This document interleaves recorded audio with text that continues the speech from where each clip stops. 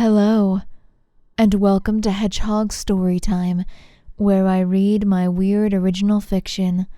The following story is part of the Edie Valley Project, linked to the playlist in the description below. Yes, you have to read them all. No, that is not a request. Today's story is where everything starts getting going. We get into the fun times. It's been fun for me before now, but maybe not for you. All the setup's done. It's time. It's time for shit to hit the fan. Let's do it. I'm ready. Are you ready? I'm ready. All right, here we go. Without further ado, this is Of Celebrations. Doug felt like he had an odd sort of bubble around him, as the crowd kept a good few feet behind him on their journey back up to the tea party. Kay was the only one who was immune, for obvious reasons, and she walked beside him. Though he couldn't help noticing the dirty look she was getting, Kay seemed entirely unbothered. "I gotta say," she smirked, speaking in a low hush so no one would overhear them. "At first I was a little worried, but I'm impressed. You pulled it off in the end." Frankly, he was kind of still in a daze about the whole thing. It didn't really feel like that guy on the stage had even been him, like something else entirely had possessed his mouth and limbs just at that right moment. He could barely even remember what had happened. And yet he did just enough that there wasn't a shadow of a doubt. He had done that. "Yeah, I guess I did." He couldn't help laughing a little at the absurdity of the whole thing. "Hey, don't sound so surprised." She punched him lightly on the arm. "I told you it'd be fine. Though the your mom joke might have been slightly out of character." But that was the best part. It's been 50 years. Maybe Bake's gotten some new material." She shook her head, chuckling to herself. I guess it's not entirely out of the realm of possibility. They fell silent for a moment, listening to the roar of the growing crowd behind them. Back at the Soul Market, Doug had discovered upon vacating the tent that there had been a whole extra sea of people waiting outside, and even now as they kept walking, the crowd behind them seemed to only be growing larger. If Doug thought people were staring before, it was nothing compared to now. Mouths were dropping open as he passed. He attempted a smirk of some sort and waved a few times at the passers-by, though he was sort of dying inside from all of the attention. Just a little. Doug hadn't ever exactly been known as someone worthy of a lot of notice, even after his appearance had made him somewhat of an abnormality. He had to admit that he wasn't a huge fan. "So what happens now?" he asked Kay, trying to distract himself from the countless eyes pointing in his direction. "Once we reach the plaza, Malachi will inevitably be waiting for us with some of his tea party buddies." "Wait, that's bad, isn't it?" What's he gonna do? You're Bake. Remember, if he tries to resist handing the city back over, he'll have a fucking riot on his hands. Nah, he'll play nice for now and try to negotiate behind closed doors later. You make it sound like there's no system of, government in place or whatever. Doug once more found himself very confused. Kay shrugged. Yeah, there's not. It's not like Bake ever expected to vacate the throne. I don't know what he was, but mortal he certainly was not. When he vanished, Malachi was the only member of the Tea Party to step up to the plate, so we kind of got stuck with him. I'm sure you can imagine how much demons love to work together. No one could ever gain enough sheer momentum to depose him, and he's way too sharp to ever get tricked out of the job. Well, until now, anyway. I know I keep saying it, but this place is fucking weird. Only by your standards, she countered. But don't worry about Malachi. You just focus on being Bake, and I'll handle him. You're starting to sound like my conniving royal vizier. You're not gonna, betray me to seize the throne for yourself or anything, are you? Kay rolled her eyes. You're real funny, you know that? Funny looking, smelling, or both? Definitely both. A minute later, the clock tower came into view despite the road's sharp incline, and Doug took a deep breath, trying to prepare himself for another round of being Bake. Despite his earlier success, this time he'd be up close and personal with the whole city, and a man who not only knew Bake personally, but most likely wanted him to stay gone. "Well, there it is," he muttered, his nerves kicking right back up again. "Oh," Kay said, "I almost forgot. Here, take this." She pressed a small bag into his hand. "What is it?" "Money," she said simply. "Anyone would expect you to have some. They're called bones." "They feel like rocks?" He jostled the bag around in his pocket. More like crystals. I wouldn't think too hard about it. You probably don't want to know where they come from. He raised an eyebrow. That's ominous. I can tell you about it if you want, but not now. We're here. The question didn't stick in Doug's brain for very long, as just then they finally crested the hill, only to find that, as expected, Malachi was waiting for them. He was taller than Doug. Doug wasn't used to being shorter than people much anymore, so that made Malachi very tall. His salt and pepper hair was slicked back with a reasonable amount of gel, and his facial hair was well groomed and neatly trimmed, forming a strict line along his jaw. This was a man, demon, who had his shit together. Against an alt-girl wannabe and a future dishwasher, he could probably crush them both with a thought. But Doug gulped, reminding himself that he wasn't a future dishwasher, he was an immortal being of pure chaos. At least he was trying to be. He straightened his shoulders in an attempt to make himself taller. It felt weird. He was so used to slouching, but he somehow had to stand equal with this adult. Malachi, have you been, you little shit? Busy ruining my city behind my back, I see. The demon grimaced out a sort of smile as Doug approached him and the two rather rat-faced men on either side of him. Every fiber of Doug's being was screaming at him to get the fuck away, but he forced his feet forward, one painful step at a time. I was merely preserving Discord's future in the best way I know how. Malachi didn't break eye contact with Doug, even as he came close enough for a firm handshake. Demons are fickle, my lord. Doug winced as Malachi gripped his hand a little too tightly. But of course, you already knew that. Malachi spoke low enough that only Doug could hear him, and at his words, his entire body froze. Why had he said that? Did he know that Doug was a liar? Or was it just unfortunately ominous banter? He stared into the demon's eyes, trying to ascertain his intentions, but found only a deathly cold calm there. Right, of course, Doug finally stuttered out. Malachi reached behind his back with his free left hand, and Doug tensed, but he only pulled out an odd-looking metal pole with a ball-like shape on the top. Your staff, my lord, he said, as Doug hesitated. I'm disappointed you didn't have any tricks prepared for me. Doug attempted to explain his pause as he snatched it from him. Are you losing your touch, Malachi? He didn't wait for a response, just turned back to the crowd that were all waiting with bated breath behind them. Whatever. Malachi didn't matter anymore. Kay would handle him. At least he hoped. Right now, there was an enormous amount of people waiting for their goddamn king. So he hoisted the staff into the air and tried to scream loud enough to be heard.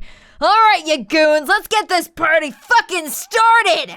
The change in atmosphere was palpable, and the party started immediately.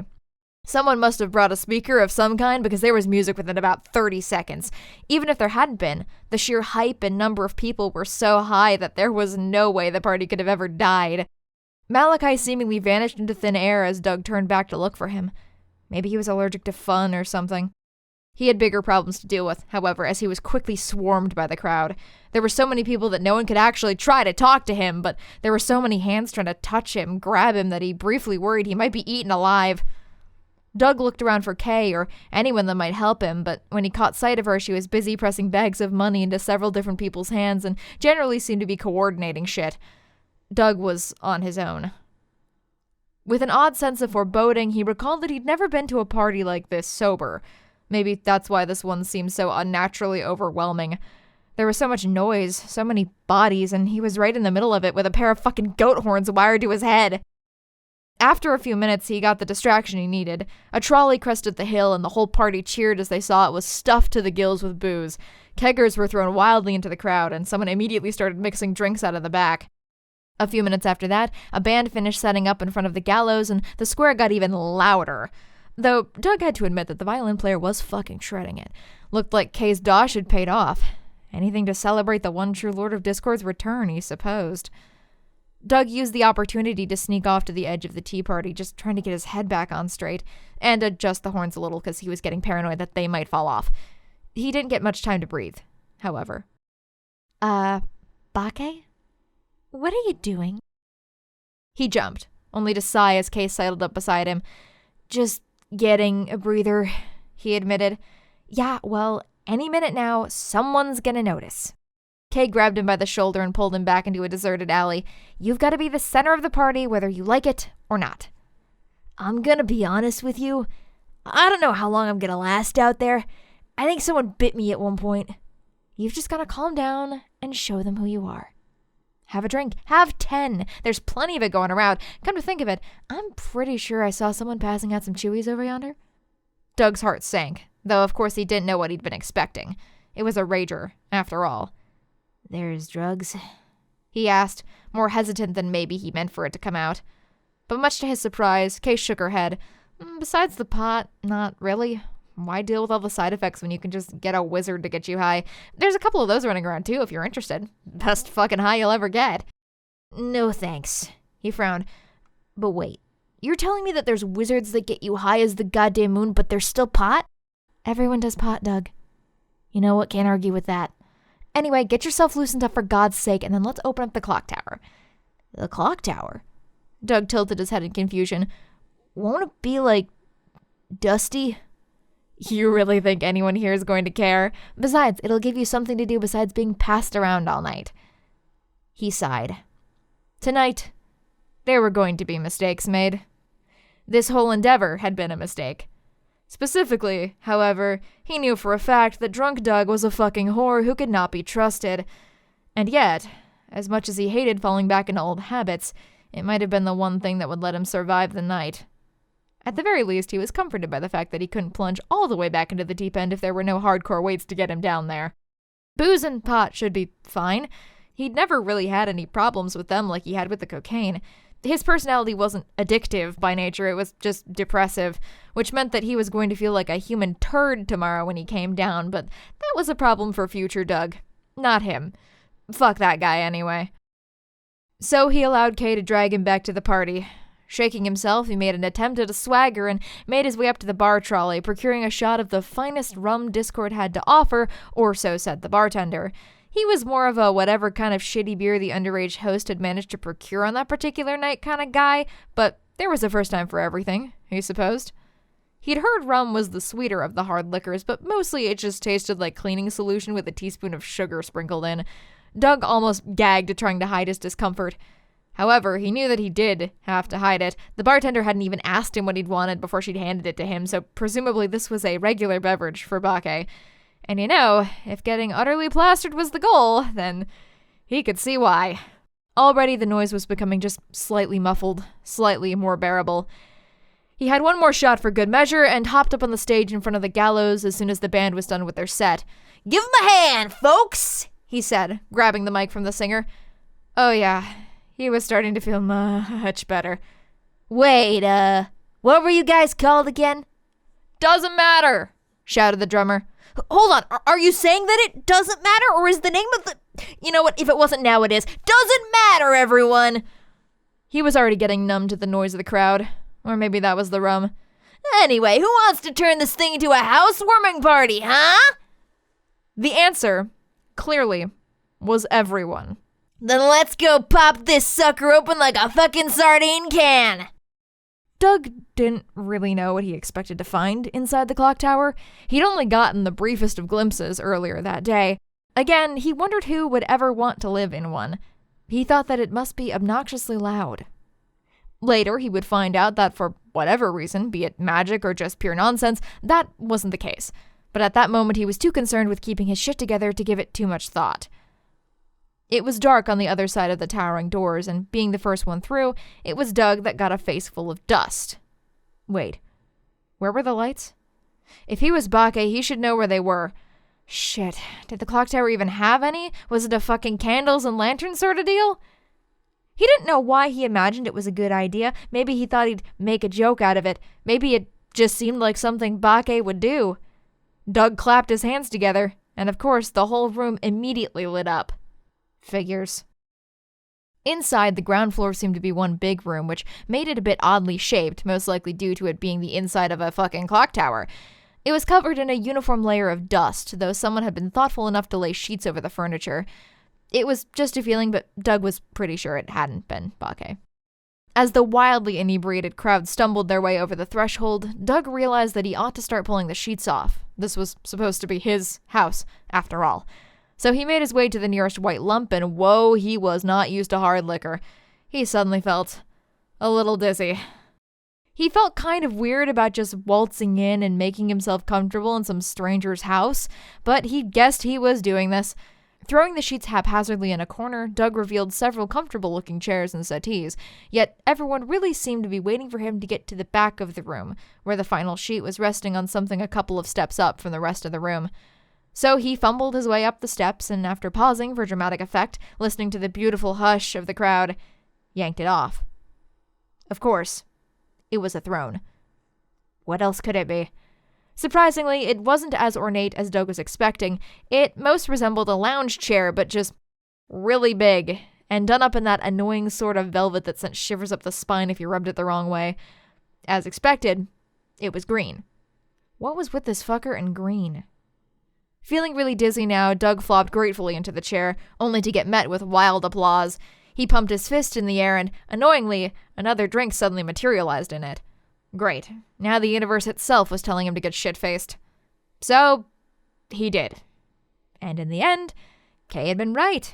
He really did start to enjoy the party a little more when he wasn't constantly anxious at every moment, when he just let the place devolve into a haze of lights and colors. And just what was wrong with that? There was good food here, alcohol, lots of very pretty ladies, demon or otherwise. This place really wasn't so bad after all. His improved mood didn't last long, however. At some point, and however many drinks in, Doug thought he spotted Kay over by a punch bowl that someone had dragged out from somewhere, and he stumbled through the crowd towards her. Hey, Kay, hey. He hiccuped a little. I was just thinking, that you've done a lot to help me out. So, if there's, any way I can thank you. But as he got closer, he stopped in his tracks. She didn't smirk at him or say something sarcastic. She didn't say anything at all. Just stared at him, shaking her head a little. Doug took one more step towards her, but with one last derisive look, she turned and disappeared into the crowd. That wasn't Kay, he whispered out loud, even though he really shouldn't. Even if he couldn't see her anymore, he could still feel her eyes on him, judging him. She had every right to, of course. It was this very sort of behavior that had gotten her killed, after all. For the first time since he'd put on that damn coat, he felt his hands beginning to shake again. He closed his eyes and took a deep breath in, trying to regain his composure, to pretend that he hadn't just been in the middle of being haunted by a judgmental ghost. Clearly, there was only one solution. He sighed. Have another drink, Doug.